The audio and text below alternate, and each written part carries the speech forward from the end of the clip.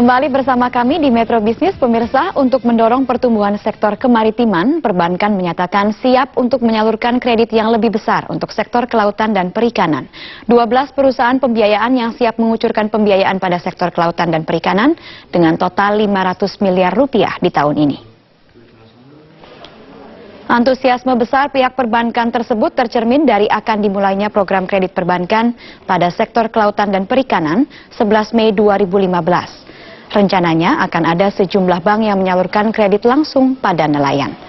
Selain itu, bank juga akan melakukan berbagai pembiayaan, seperti pembiayaan kapal, pembiayaan penyediaan lemari pendingin atau cold storage, sentra produksi perikanan, pembiayaan budidaya rumput laut, dan pembiayaan pelabuhan.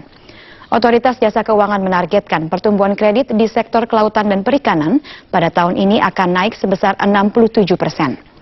Saat ini kredit yang diberikan perbankan pada sektor tersebut hanya 17,6 triliun rupiah. OJK yakin penyaluran kredit akan naik menjadi 29 triliun rupiah pada akhir tahun ini.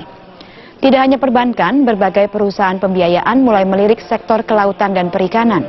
Ada 12 perusahaan pembiayaan yang siap mengucurkan pembiayaan pada sektor kelautan dan perikanan dengan total 500 miliar rupiah tahun ini.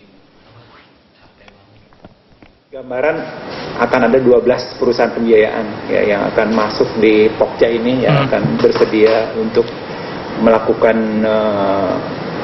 pendanaan di sektor kemaritiman. Jadi prosesnya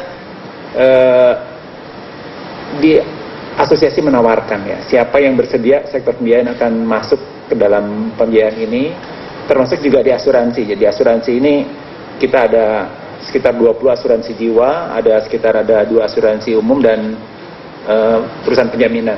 Itu dalam Pokja ini masuk ke sana. Jadi oleh karena itu dalam tahun 2015 ini memang sifatnya masih pilot proyek.